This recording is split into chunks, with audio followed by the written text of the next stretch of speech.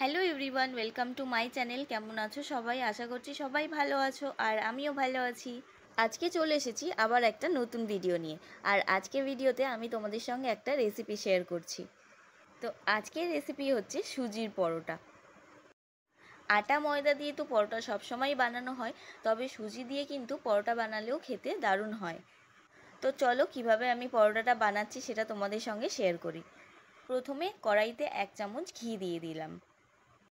এরপর দিয়ে দিচ্ছি 1 বাটি সুজি। ছোট বাটির 1 বাটি আমি সুজি নিয়ে নিয়েছি এখানে। এরপর গ্যাসের ফ্লেমটা লো করে দিয়ে কিছুক্ষণ আমি সুজিটাকে ভেজে নেব। সুজিটা আমি বেশি লাল করব না, হালকা আছে এভাবে কিছুক্ষণ নাড়াচাড়া করে নেব। তবে কন্টিনিউ কিন্তু নাড়তে হবে। সুজিটা অনেকটাই ভাজা হয়ে গেছে, দেখো পুরো ঝরঝরে হয়ে গেছে। আর এবার আমি যে বাটিতে সুজি নিয়েছিলাম সেই বাটির 1 বাটি দুধ দিয়ে দেব। এরপর আমি এই বাটিরই 1 বাটি আবার জল দিয়ে দেব। তোমরা যদি চাও শুধুমাত্র দুধ দিয়েও করতে পারো, কিংবা জলও দিতে পারো। আমি এখানে 1 বাটি দুধ আর 1 বাটি জল দিলাম। এবার এই সুজিটাকে কন্টিনিউ কিন্তু হালকা আছে নাড়াচাড়া করে যেতে হবে, তা না হলে দলা পাকিয়ে যেতে পারে। আর আমি এখানে স্বাদ মতো লবণ দিয়ে দিলাম। দেখো সুজিটা কিন্তু অনেকটাই টেনে গেছে, আর পুরো রান্নাটাই কিন্তু অল্প আঁচেই করতে হবে। সুজিটা আরেকটু টাইট হয়ে আসলে তারপর আমি নামিয়ে নেব। সুজিটা যখন একটু আঠালো আঠালো ভাব থাকবে সেই সময় নামিয়ে ফেলতে হবে।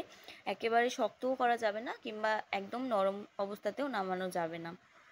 সুজিটা নামিয়ে নেওয়ার পর কিছুক্ষণ আমি ঠান্ডা করে নিয়েছি, ওই 1 মিনিটের মতো। বেশি ঠান্ডা করা যাবে না, গরম অবস্থাতেই এটা মাখিয়ে ফেলতে হবে। আর আমি নিয়ে নিয়েছি কিছুটা ময়দা।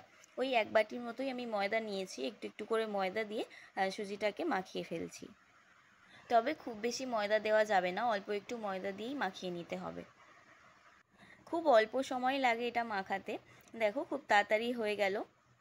খুব সুন্দর একটা ডো তৈরি হয়েছে, দেখো।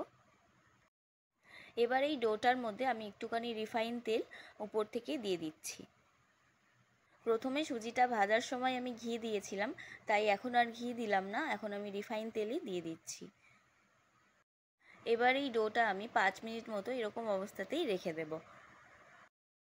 5 মিনিট হয়ে যাওয়ার পর আমি লেচিগুলো কেটে নিচ্ছি।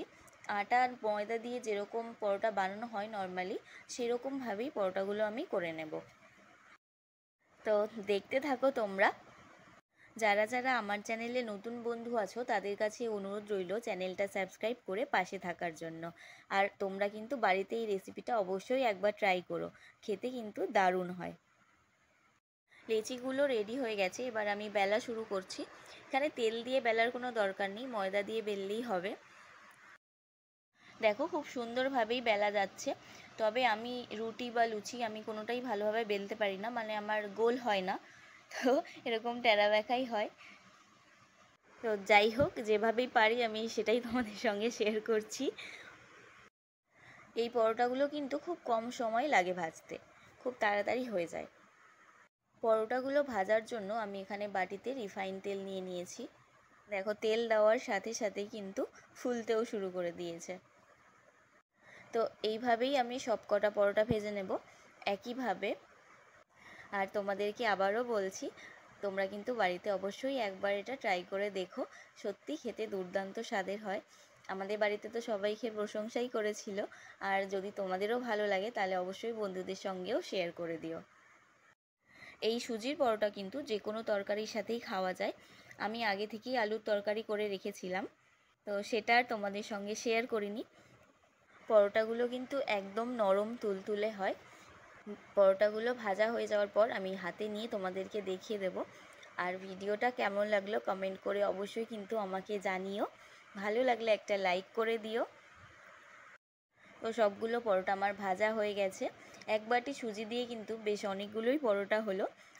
এইভাবে সুজির পরোটা বানিয়ে কিন্তু বাচ্চাদের স্কুলের টিফিনেও দেওয়া যায়, কারণ পরোটাগুলো এতটাই নরম হয় যে বাচ্চাদের খেতে একদমই অসুবিধা হবে না। চলো দেখে নাও, পরোটাগুলো কিন্তু একদম নরম তুলতুলে হয়েছে। দেখো কতটা মোড়া যাচ্ছে।